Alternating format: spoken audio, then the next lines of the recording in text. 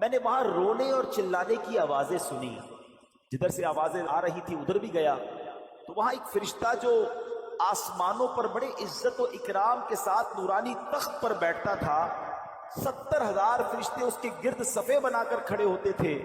وہ جب سانس لیتا تھا تو اللہ تعالیٰ اس کی ہر سانس کے بدلے ایک فرشتہ پیدا فرما دیتا تھا۔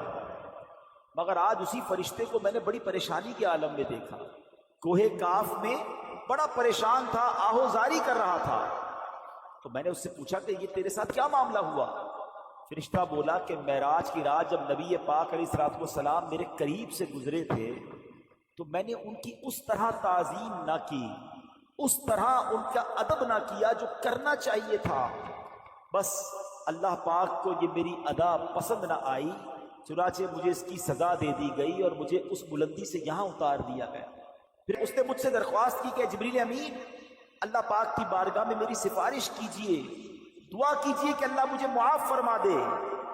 جبریل امین عرض کرتے ہیں کہ یا رسول اللہ صلی اللہ علیہ وسلم، میں نے بڑی عاجزی کے ساتھ بارگاہ الہی میں اس فرشتے کی سفارش کی، اس کی نجات کے لیے دعا کی، تو ارشاد ہوا کہ اے جبرائیل اس فرشتے کو بتا دو اگر معافی چاہتا ہے تو میرے حبیب پر درود پاک بھیجے۔ جبریل امین کہتے ہیں یا رسول اللہ، جیسے ہی میں نے یہ بات اس فرشتے کو بتائی، وہ فرشتہ آپ کی ذات پر درود پاک پڑھنے لگ گیا۔ حضور جیسے جیسے وہ درود پڑھتا رہا، اس کے بالوں پر نکلنا شروع ہوئے اور اڑ کر آسمان کی بلندیوں پر جا پہنچا۔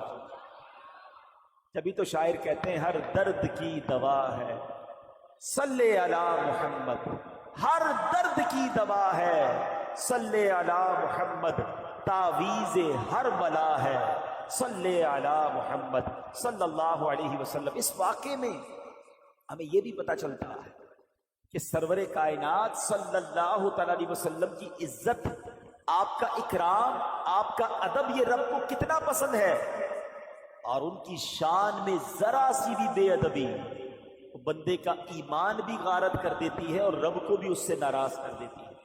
تو ہمیشہ اللہ کریم سے دعا ہے ہمیں ادب والوں میں رکھے، با ادب با نصیب، با ادب با نصیب، اور بے ادب بد نصیب۔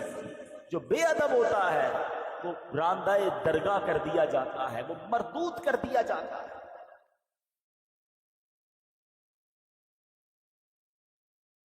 حضرت آدم علیہ السلام کا ادب نہ کیا، ساری زندگی کی عبادتیں اس کی اکارت کر دی گئیں، مردود کر دیا گیا۔ تو چاہے حج ہو، عمرے ہوں، نمازیں ہوں، صدقے ہوں، حلیہ مذہبی ہو، لیکن اگر دل میں ادب نہیں ہے تو یہ اعمال کسی کام کے نہیں ہیں۔ یاد رکھیے علم اچھی چیز ہے مگر ادب بہت ضروری ہے۔ تو رب کریم ہمیں ادب والوں کے ساتھ رکھے، محفوظ سزا رکھے نہ شہابے ادبوں سے، محفوظ سزا رکھے نہ شہابے ادبوں سے، سے بھی سرزد نہ کبھی بے ادبی ہو۔ میٹھے اسلامی بھائیوں، میرے آقا حضرت ام ہانی رضی اللہ تعالیٰ عنہ کے گھر آرام کر رہے ہیں کہ جبریل امین جو فرشتوں کے سردار ہیں نبی پاک کے دربار میں آتے ہیں، آرام سے جگاؤں کیسے؟ رب کا حکم ہے کہ محبوب کو بلایا جائے مگر محبوب آرام کر رہے ہیں۔ یہ وہی آرام ہے، مولا علی نے دیکھا کہ عصر کی نماز جاتی ہے تو چلی جائے، آقا کے آرام میں خلل نہ آئے، اب جبریل امین کو جگانا ہے۔ اللہ اکبر، بلاوا رب کی طرف سے ہے، سوچا کیسے جگاؤں، ادب کیا ہوتا ہے۔ عرض کیا کرتے ہیں جو اعلیٰ حضرت نے گویا قصیدہ معراج میں کہا کہ فرمایا یہی سما تھا کہ پے کے رحمت، خبر یہ لایا کہ چلیے حضرت، ذرا سمجھیے گا بات کو، کیا خبر لایا کہ چلیے حضرت تمہاری خاطر کشادہ ہے۔ کیا کشادہ ہے؟ جو کلیم پر بند راستے تھے۔ ذرا سوچئے یہ کون سا سفر تھا؟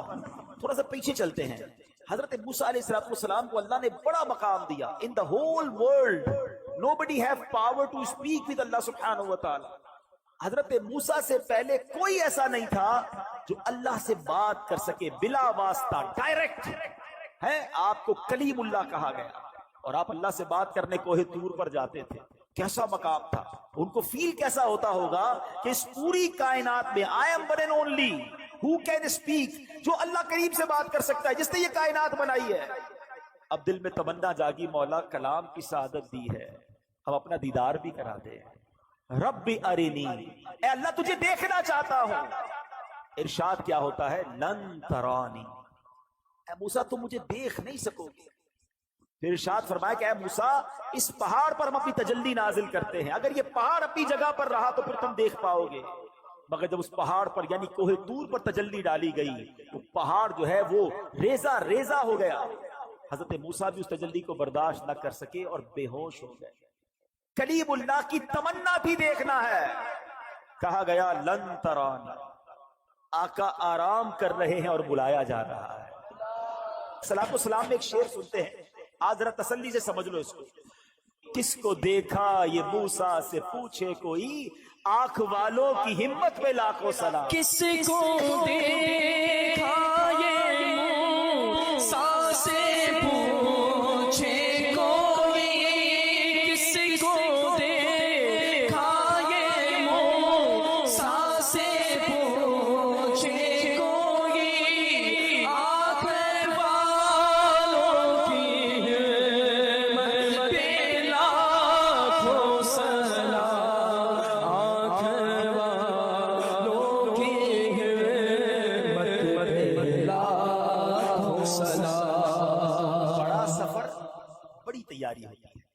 آپ نے اپنے گھر سے اپنے آفس جانا ہے, اب زیادہ سامان لے کر نہیں جاتے, لیکن اگر آپ نے 3 دن کے مدنی قافلے میں جانا ہے تو آپ 3 دن کا سامان لے کر جاتے ہیں. اللہ مکے مدینے کی حاضری بار بار عطا فرمائے. جب مکے مدینے جاتے ہیں تو ذرا بڑا بیگ بن جاتا ہے, احرام بھی ہوتا ہے, کپڑے بھی ہوتے ہیں, سامان اور ہوتا ہے. جتنا بڑا ٹریول اتنی بڑی تیاری. یہ سفر کہاں کا تھا, یہ کتنا بڑا سفر تھا. حاضری دینی تھی بارگاہ الہی میں, جنت کا مشاہدہ کرنا ہے, آسمانوں کی سیر کرنی ہے, فرشتوں کی بارات آئی ہے لینے. تیاری کیسی کروائی گئی, نبی پاک کو حتیم میں لایا گیا. کعبہ مشرفہ کا وہ حصہ جو کعبے کا ہی حصہ ہے, اللہ کریم وہاں بھی بار بار حاضری عطا فرما. حتیم میں لایا گیا, وہاں نبی پاک کے سینہ اقدس کو چیرا گیا اور اس میں نور کی برسات کی گئی, حکمتیں داخل کی گئی. پھر سینہ اقدس کو بند کر دیا گیا. آج لوگ کہتے ہیں سائنس نے بڑی ترقی کر لی ہے, اوپن ہارٹ سرجری ہوتی ہے. سنو, 1450 سال پہلے ایک بار نہیں, نبی پاک کی 4 بار اوپن ہارٹ سرجری ہوئی. مگر یہ کیسی سرجری تھی, نہ کوئی ٹانکے کا نشان ہے, نہ کوئی تکلیف ہے. آقا دیکھ رہے ہیں کہ دل کو باہر نکالا گیا ہے اور نبی پاک کے سامنے نور ڈالا جا رہا ہے. اللہ اکبر, یہ بھی نبی پاک کا معجزہ ہے. اور پھر وہ سفر شروع ہوتا ہے. اب نبی پاک مکہ پاک سے بیت المقدس جاتے ہیں. سبحان اللہ, بیت المقدس کا سفر یہ براق پر کیا جاتا ہے. براق کی بات بھی سن لو, جتنا پیارا مہمان ویسی سواری بھیجی جاتی ہے نا. اگر کوئی بہت بڑی شخصیت ہو تو اس کو ذرا اچھی گاڑی میں بلایا جاتا ہے, نارمل بندے کو کہا جاتا ہے آپ آ جائیے گا, ٹھیک ہے. اور بہت ہی زیادہ معزز ہو بندہ کہتا ہے کسی دوست کی اچھی والی گاڑی لے کے بھیجوں, اتنی بڑی شخصیت ہے, اس کے سٹینڈرڈ کی کوئی سواری ہونی چاہیے.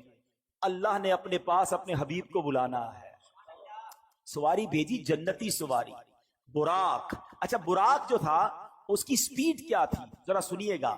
حدیث میں مضمون ملتا ہے کہ براق کی سپیڈ اتنی تھی کہ جدھر نگاہ پڑتی تھی ادھر اس کا پیر پڑتا تھا. یعنی اگر آپ سوچیں کہ اگر آپ بالکل کھلے میدان میں کھڑے ہو جائیں یا سمندر پہ چلے جائیں تو کتنے دور تک ہماری نظر جاتی ہے. جدھر تک آئی سائٹ جاتی تھی ادھر وہ ایک قدم رکھتا تھا, اگلا قدم ادھر رکھتا تھا, دوبارہ آئی سائٹ جدھر جاتی تھی. اتنی سپیڈ سے یہ ٹریول ہوا. اور سبحان اللہ, براق کے اندر ایک زبردست شاک آبزرور بھی تھا. لوگ کہتے ہیں گاڑی وہ اچھی جس میں جھٹکے نہ لگے, ذرا اسموتھ ڈرائیو ہونی چاہیے. دیکھو اللہ نے اپنے حبیب کو بلایا تو کس شان سے بلایا. جب یہ براق اوپر کی طرف جاتا تھا نا, آسمان کی طرف, اب دیکھیے گھوڑے پہ اگر آپ بیٹھے ہوں اور گھوڑا اونچائی کی طرف جائے تو آپ پیچھے ہو جاتے ہیں. تھوڑی تکلیف ہوتی ہے نا انسان کو, کیونکہ گھوڑا اوپر جا رہا ہے. تو روایتوں میں لکھا کہ اس کے پچھلے پیر بڑے ہو جاتے تھے